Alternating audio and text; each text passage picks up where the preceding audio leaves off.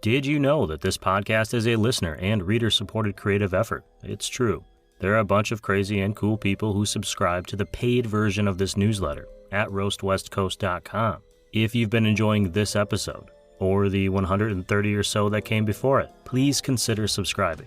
The podcast is always free to listen to, but the paid subscriptions are how this show grows. And damn if I don't appreciate the support that comes every time a new name shows up on that paid subscriber roll. Thank you. Hey everyone, I'm Ryan, the host of the Roast West Coast Coffee podcast. I host the show on Anchor by Spotify. If you haven't heard of it, it's the easiest way to make a podcast with everything that you need all in one place. Anchor has the tools that allow you to record and edit your podcast right from your phone or computer. I host on Anchor because it distributes my podcast on listening platforms like Spotify, Apple Podcasts, and so many more, making it easier for me to spend my time interviewing guests and drinking coffee. Anchor is everything you need to make a podcast all in one place, and best of all, Anchor is totally free. Download the Anchor app or go to Anchor.fm to get started.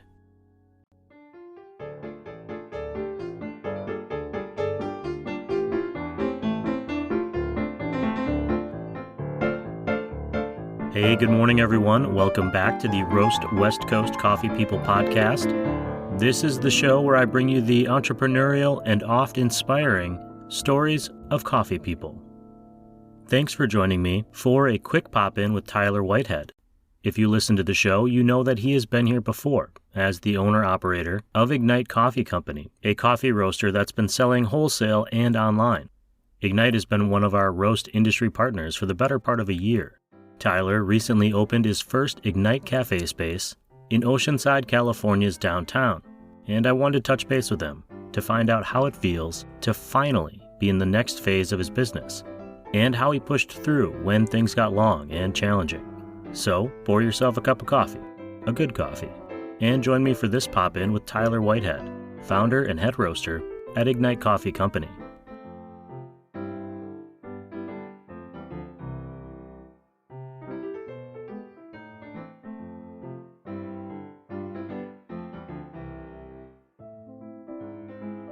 You need a shop dog over there. Yeah, soon. I know, absolutely. I need a stress dog.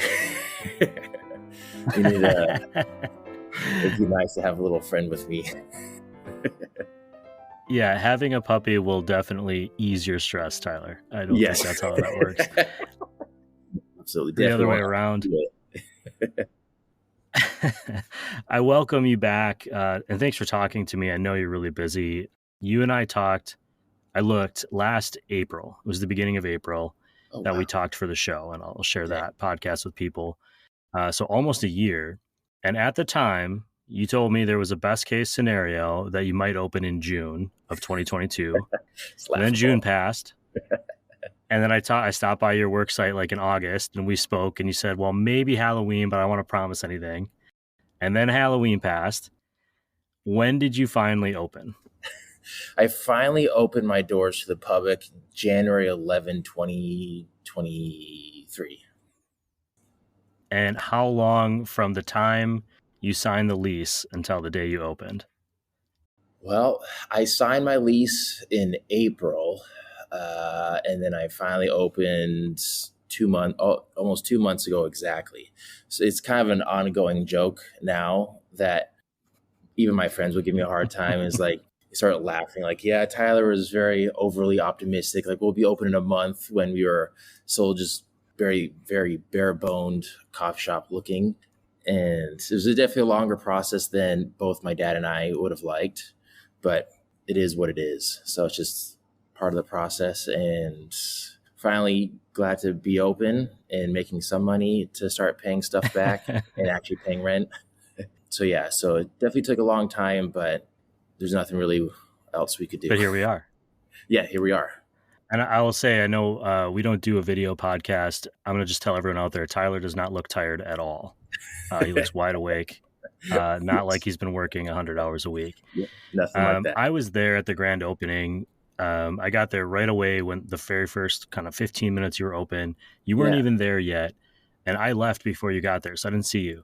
So I'm wondering, what sort of emotion did you feel, if anything, were you able to, when you walked in and for the first time you saw your team making drinks, making coffee for people, Customers were sitting in the window and at tables when I was there. What was that feeling like for you? Knowing that you come from hospitality, you've seen your parents do it, but this is your thing. Yeah. No, I think that was the friends and family night I think that was, and it was such an encouraging thing to see, and just the overwhelming support that I got that day. I was completely surprised of how many people actually came, and was really, really cool. And it was just really fun to see my team interact with everybody that came through and make drinks and people enjoying it, hanging out, talking with one another. It was just really encouraging and made me feel more confident, not only in my team, but just the support that I already got from that initial launch, for hopefully years on end. Yeah, there's something to be said for the timing of support. I only relate, and I recently got a new sponsor, a new sponsorship, but it came at a moment where I thought I really needed it, and it came from someone who I respect quite a bit as well, and it meant so much more. And I remember I sent an email out on like a Friday night, like at 10 p.m., like, just so you know, like this really mattered to me. Like, forget Yeah, about the financial part of it. Like, the emotional part of seeing that you thought I was doing a good thing really mattered. totally. So I do understand that. Yeah. You know, the process took 8 or 9 months, the startup process, and you were roasting and selling coffee before that. But Mhm. were there moments over the past year where you thought, man, shoot, this is just not going to happen? Or Oh, like, this seems insurmountable, something yeah, set you back? What helped you push through those times? totally. Absolutely. There are many of those times. I would just say just my faith, and that we were just always praying that it would work out and God would provide, which He did. And I mean, it's definitely still stressful. So not only just my faith, but my just dad's side of the family is always so incredibly supportive, almost too much. But that's what family's for. So that really helped a lot. And just my friends just being there and buying coffee, and my wholesale accounts continuing to buy and support. So all of that just really added up to be something that was very encouraging and made me feel more confident about the future. Sure. What about the opposite of that coin then? What was the most rewarding part of that process? Now that you're beyond the startup part and into this whole new phase, what would you look back and say kind of fondly and say, "Oh, that was a good part of this whole thing." Yeah. I think just learning through the whole process and having my dad in my corner, because I will be blunt and I would say that I would be a walking doormat if I didn't have my dad in my corner. So that was really helpful to have my dad just help guide me through that whole process and what questions to ask and all that sort of thing. So that was incredibly helpful just for the future, and hopefully other coffee shops that I open, I know what to kind of expect and what questions to ask and what to look out for. So I would say that was my biggest key takeaway. I'm only laughing because we're only 2 months in and you're going, "Oh, other coffee shops I'm going to open." Yeah. You've already Yes. like gone through that phase of like, this was super hard and I'm going to die. Like, I don't want to do Yeah. this anymore. And now I'm it's like, "Oh, absolutely well, good. we're Yeah. going to keep going. We're going to keep Yeah, growing." absolutely. Because I guess there's just a little bit crazy, I guess. What piece of advice would you give someone else who's trying to open a cafe? I would just say don't get overly stressed, even though I'm preaching to myself.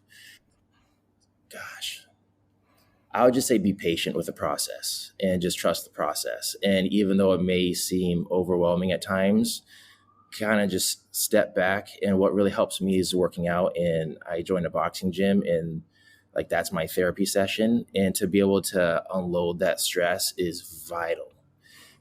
If I didn't have those avenues, I don't know, I think I would be a lot worse than I am now.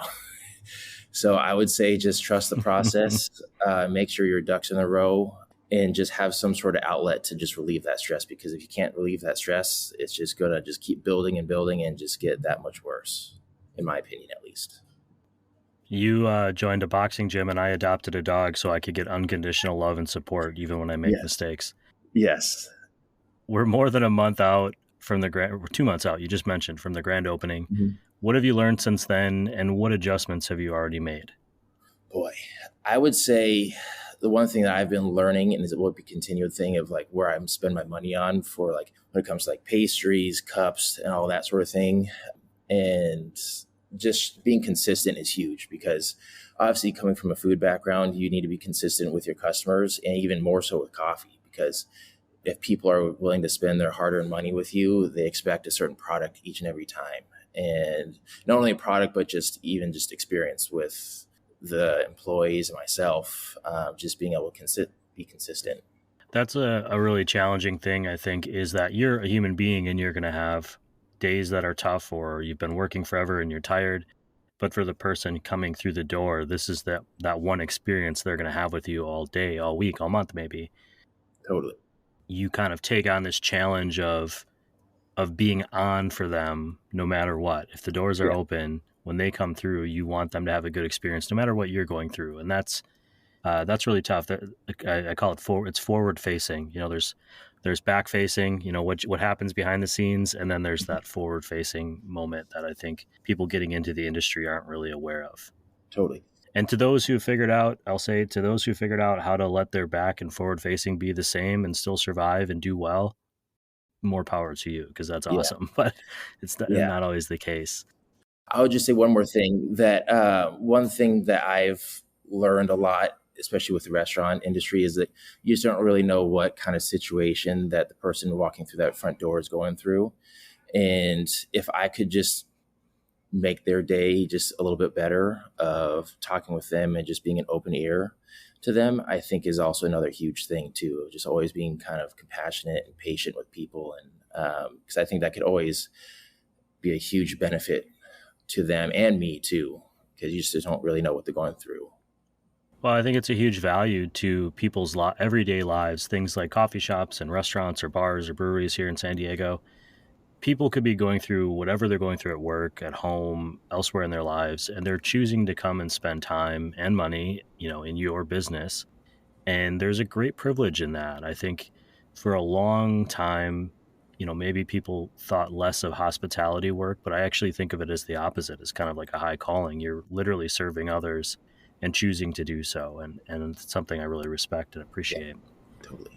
Now that you're open, I've been in the shop a couple of times. Mateo, your manager there, was serving Mhm. me last Yeah. time. When I come in next time, what coffee should I be ordering? Oh, I think you got the espresso last time. I just figured out a really solid cold brew blend. And I would say definitely get the cold brew next time. I'll try the cold brew. Have you noticed a change in your ability to focus between the shop and your roasting operation? Yeah, so today, when we're talking, is Tuesday. So I'm closed Tuesdays, to be able to have my main production day where I can do most of my roasting. But of course, also have, I love my wholesale accounts. Sometimes they'll message me a couple days after and like, hey, I need some coffee for this weekend. I'm like, okay. So, which is totally fine. I love it. So I just have to wait till we close, because I can't run my espresso and my roaster at the same time, because it's an old building and can't handle that amount of electricity. So it makes for a long day, but I love The it. things they don't tell you. Yes, exactly. So, but it is what it is. Eventually, I'll be able to roast while I'm open, which I'm really excited about, and I excited to have my customers there to watch. I'm just waiting on a part that we ordered 9 months ago. It's supposed to be here last month. Supposed to be here next week, but I haven't heard anything. So we'll see. I want to end this on a positive. We've already talked about the challenges of supply chain, old buildings, not getting enough sleep. Let's end on a good note. What is it that you, besides cold brew, what are you drinking? And what is one of the best things that's happened in the shop since you've opened? Mm. I've really been getting to just drinking straight espresso. Before, it took me a little while to get used to it, but now that I'm just in the shop daily and just making sure everything is just quality control, I guess. And I've been really enjoying espresso shots. One thing, let's see, one thing that's really stood out to me in the last 2 months, I would say, compared to the restaurant industry, is two different customers in two totally different mindsets. And I really enjoy the coffee customers. They're just super laid back. Hopefully, I'm answering your question. Hence, I have sleep deprivation. um, but I would say it's just a totally different. It's just a relaxed feeling, and people are there just to hang out, talk, and it's just honestly really cool. Hopefully, was that your question? I can't remember. I think you did just fine. Okay. Tyler, I want to say congratulations. I know it was a long time coming. I was so excited for you when you were open. And now that I've been there a few times, I mean, being industry partner or not, I had a great experience in both cases. And I sat out, you had a little table set up out front, and I sat out and drank an espresso. And I did that even though I'm terrified of the space next door. Oh, And the I'll make a snake. little note of that elsewhere. Yes, there's a reptile pet store nearby, and Yes. yes, which is just a thing that like threw me when I moved to California. And actually, this happened to me once in Pittsburgh. Quick story: I was running a craft beer bar and pizza shop in Pittsburgh. A woman came in to pick up a pizza and ordered a beer while she waited. And we were talking, and I kept thinking, wow, that is the most intricate scarf I have ever seen. And then the Mhm. scarf stuck its tongue out at me. And Oh, I gee. don't know how it happened, but I went from behind the bar to in the kitchen real fast. Oh boy. Uh, and I I didn't would know too. what to do, but you're just wearing it around. And that's not the case. This is not the case with you. But Last week I had a customer come in, and she had some sort of lizard, and it was basically like I couldn't see it. It was on her neck the whole time, and while I gave her the drinks, it started crawling down her chest, and I was like, "Whoa!" It's the same sort of thing. I was like, anyway, I went to my roaster and hide. well, because you're in the zone and you're just not prepared for it, and all of a sudden it's there. And I felt Yes, I put a sign up in the window that said, "You need to notify us in advance if this is the situation. yes, exactly. We can deal with it, but we need to know." Yes, give me a heads up. Tyler, congratulations on your grand opening. Thank you. Thanks for coming back on the show and doing this little pop in with me so we can check in. I hope to do it again soon, and Absolutely. I'll make sure that I run over and say hello. I will be there.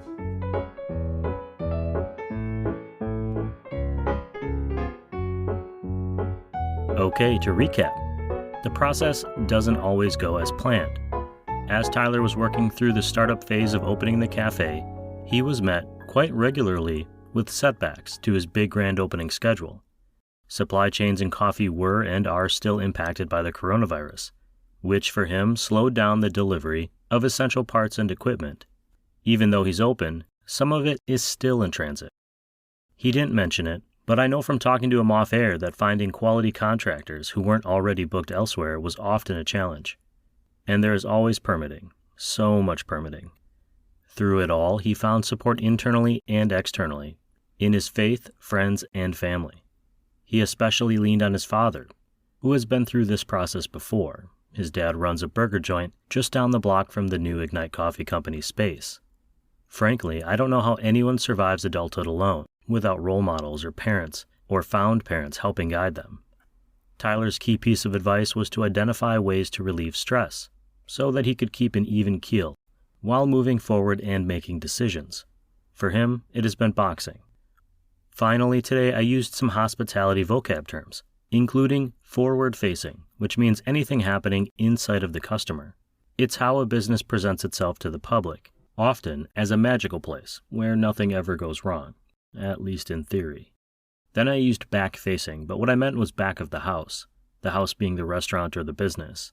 In a well-run operation, the back of house is just as clean as the front, but it is also where all the stress, all the struggle, all the hustle is happening. Even though we're in an era in which the back of the house is often open to the front, there's always going to be a place for tough conversations or a place to relax for a moment from being on. And being on is a job that never really ends for a cafe owner like Tyler. I will link to the previous podcast conversations that I've had with Tyler in the newsletter on roastwestcoast.com. And I hope to see you at Ignite Coffee Company, perhaps for an espresso on the patio, sometime soon. Follow Ignite Coffee Company on social media.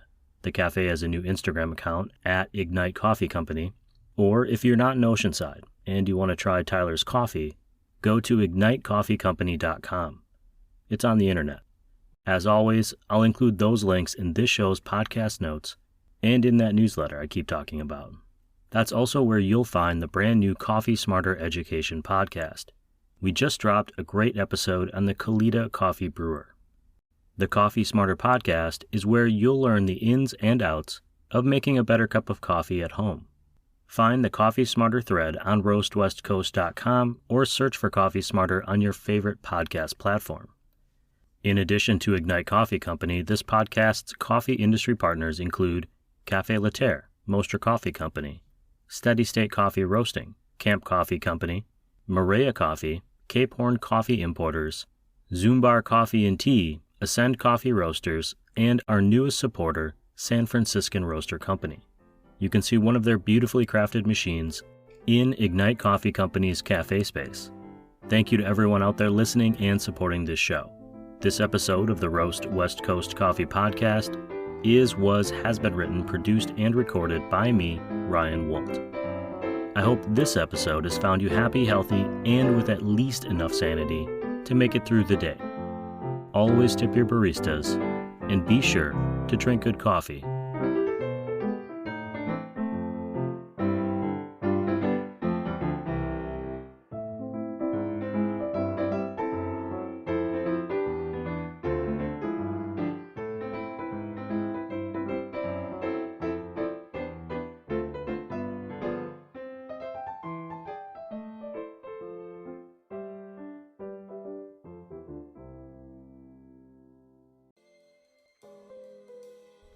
This podcast is supported by Ignite Coffee Company in Oceanside, California. You can also find them online at ignitecoffeecompany.com. Founder Tyler Whitehead is a third-generation Oceanside entrepreneur whose dream has always been to provide a welcoming space where his fellow community members can mingle, study, and even create the plan to pursue their own dreams, all over a cup of really, really, really good coffee. That's 3 reallys, so you know it's true. Visit Ignite Coffee Company on Mission Avenue in downtown Oceanside, or order coffee beans roasted fresh for you on ignitecoffeecompany.com.